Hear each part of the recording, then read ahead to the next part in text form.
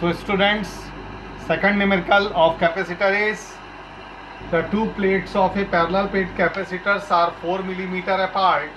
A slab of dielectric constant 3 and thickness 3 mm is introduced between the plates with faces parallel to them. The distance between the plates is so adjusted that the capacitance of the capacitor becomes 2/3 of its original value.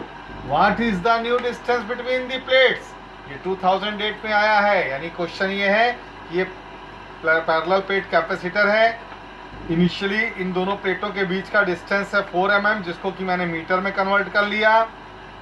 मान लिया कि जब air इसके बीच में fill up है, ये air है, उस स्थिति में इसका क्या होगा कैपेसिटेंस, मैंने सी नॉट मान लिया। C naught is equal to epsilon naught A, area of the each plate A assume कर लिया, और डी, तो ये डी की वैल्यू भी बाद में लगाएंगे, हम इसमें फिलअप करेंगे। ये हो गया क्वेश्चन नंबर 1। केस नंबर 2 पे आइए।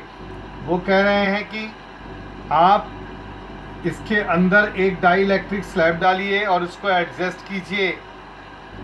डाइलेक्ट्रिक स्लैब की जो थिकनेस है 3 mm की है, तो उसको मैंने मीटर में कन्वर्ट कर लिया। ये यहाँ से लेके यहाँ तक लाल वाला है डाइलेक्ट्रिक स्लैब की थिकनेस, मोटाई 3 mm है, मतलब 3 × 10⁻³ मीटर हो गया। इसका डाइलेक्ट्रिक कांस्टेंट है k = 3, इसका मटेरियल का।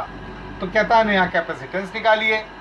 कोई दिक्कत नहीं, मैंने न्यू कैपेसिटेंस क्या कितना एज्यूम कर लिया, C डैश एज्यूम कर लिया, और प्लेटों के बीच का डिस्टेंस क्या एज्यूम कर लिया, D डैश एज्यूम कर लिया। यही तो पूछा है, what is the new distance between the plates, तो D डैश एज्यूम कर लिया। आइए पेज नंबर 2 पर। सो अकॉर्डिंग टू क्वेश्चन कह रहा था कि जो नया कैपेसिटेंस है C डैश वो ओरिजिनल का 2/3 होगा, यानी कि 2/3 of C not. Okay, case number 2 से आइए।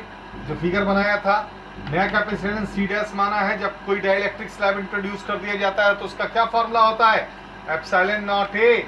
यहाँ D डैश एज्यूम किया था प्लेटों के बीच का डिस्टेंस, तो D dash minus T thickness है प्लेट स्लैब की, और ब्रैकेट में 1-1/K। ओके, वैल्यू रख दीजिए। C डैश की वैल्यू ये आ गई, एप्सिलॉन नॉट ए ये आ गया। D डैश तो फाइंड आउट ही करना है, -T थिकनेस थी स्लैब की, ये रख दिया।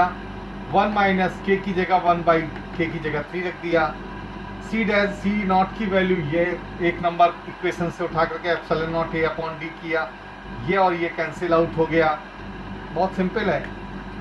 इसके बाद आप आइए 2 से कैंसिल आउट कीजिए इस 4 को।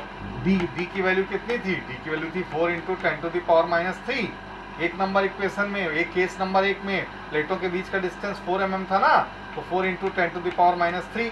2 जा 4 कैंसिल आउट किया, इस 2 से इस 4 को, तो 2 आया, तो 3 जा 6 यानी 1/6, और ये 10⁻³ इधर क्रॉस मल्टीप्लाई कर दिया मैंने इस साइड में, तो ये आ गया, और ये वैल्यू ऐसे उतार ली मैंने। अभी मैंने अलजेब्रा लगाया इसमें, इसको इससे मल्टीप्लाई किया।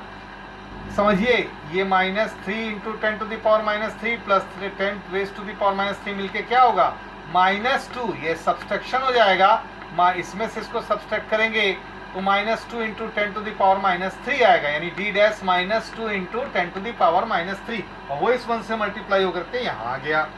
6 का इधर मल्टीप्लाई कर दिया, ये आ गया। इसको उठा के इधर ले जाइए, प्लस हो जाएगा माइनस से, दोनों ऐड हो गए, तो 8 × 10⁻³ मीटर आया।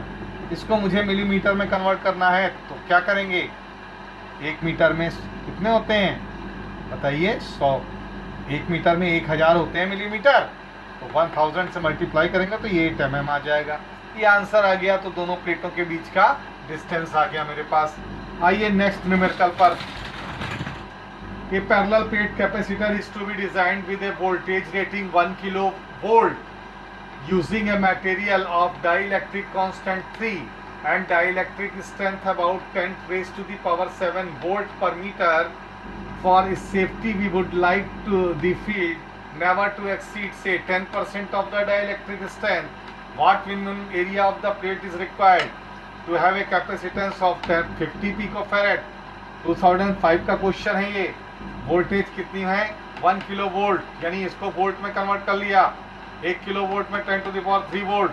डाइलेक्ट्रिक कांस्टेंट कितना है मटेरियल का, 3। इलेक्ट्रिक फील्ड कितनी दी है, डाइलेक्ट्रिक स्ट्रेंथ इतनी है, okay, 10 raise to the power 7। Area of the plates निकालना है, कैपेसिटेंस इतना है, Q charge on the capacitor कितना होगा, Q equal to C into V. C की वैल्यू ये 50 पिको फैरेड, तो 50 into 10 to the power minus 12। V की वैल्यू आ गई ये मेरी 1 into 10 to the power 3। Solve किया तो ये मिल गया। The maximum field to be produced in the dielectric कितनी है, क्वेश्चन में बोला गया है not exceed the 10% of the dielectric strength, यानी 10% का मतलब होता है 10/100, और डाइलेक्ट्रिक स्ट्रेंथ कितनी थी, 10 टू द पावर 7। ये 10 से 10 आप कैंसिल कर दीजिए, चाहे ये 0 से ये 0 गया, ये 10 ऊपर जाएगा 10 की पावर -1, यानी 10 की पावर 7 और 10 की पावर -1 मिलके हो गया 10 की पावर 6 न्यूटन पर coulomb. The field in the dielectric क्या होता है, formula E equal to Q upon K epsilon naught A।